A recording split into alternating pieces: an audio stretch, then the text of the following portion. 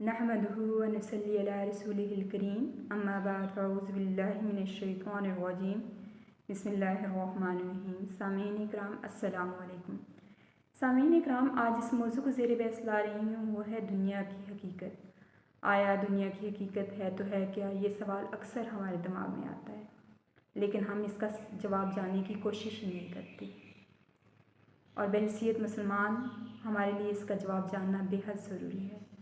दुनिया दारुल फ़ना है, दुनिया ने हमेशा नहीं रहना, दुनिया ने ख़त्म हो जाना है और हमारा यहाँ ठिकाना आर्ज़ी है। ये जानना हमारे लिए बेहद ज़रूरी है। अल्लाह सुब्हानहू तआला ने दुनिया की बेसबाती को वाज़ेह अल्फाज में बयान कर दिया है। अल्लाह सुब्हानहू तआला अपनी किताब कुरान मजीद फ़ुरक़ान हमीद में फरमाते हैं, वमल हयातुद दुनिया इल्ला मताउल गुरूर, दुनिया की ज़िंदगी सिवाय धोखे के और कुछ नहीं।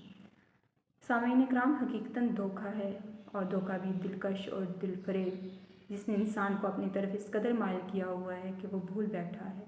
उसने दुनिया से ऐसी दोस्ती लगा ली है कि जैसे उसने इस दुनिया से जाना ही नहीं। किसी ने क्या खूब कहा है, भूल शायद बहुत बड़ी कर ली है, दुनिया से दोस्ती कर ली है। तो इंसान ने दुनिया से दोस्ती करके बहुत बड़ी भूल कर ली है। वो भूल कर बैठा है कि उसने लौट कर नहीं जाना।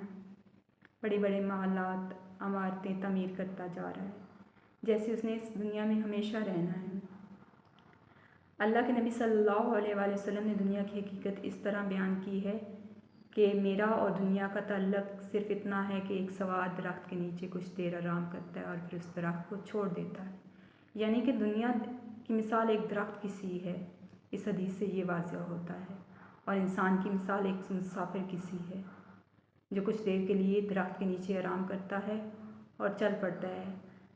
इंसान की ज़िंदगी है भी तो इतनी ही, 60 साल, 70 साल, 80 साल कितना जी लेगा?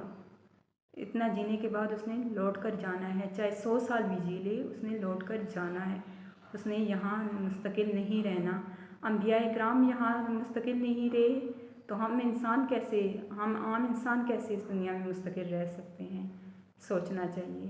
दो जहानों के सरदार नबी सल्लल्लाहु अलैहि वसल्लम इस दुनिया से 63 साल की उम्र में रुखसत हो गए, तो हम गुनाहगार लोग कैसे इस दुनिया में मुस्तकिल रहेंगे? ये सोचना चाहिए हमें। और अल्लाह के नबी सल्लल्लाहु अलैहि वसल्लम ने एक और जगह पे फरमाया है, मोमिन के लिए दुनिया कैदखाना और काफिर के लिए जन्नत। सो इसमें इस तरह रहो जैसे एक मुसाफिर हो। ये दुनिया मोमिन के लिए कैदखाना ही है, इम्तिहान गाह है, कैदखाना है। और काफिर जिसका आखिरत में कोई हिस्सा नहीं, उसके लिए ये दुनिया जन्नत है। जब तक जिएगा मज़े करेगा और मरेगा तो जहन्नम में जाएगा। लेकिन मोमिन के लिए ये कैदखाना इस तरह है कि इस दुनिया से निजात पा के वो जन्नत में जाएगा, आला मकाम पे जाएगा, बागात में रहेगा। और सोचिए और फ़िक्र कीजिए और अपने अमाल दुरुस्त कीजिए ताकि आपको जन्नत नसीब हो। वमा अलैना इल्लल बलागुल मुबीन।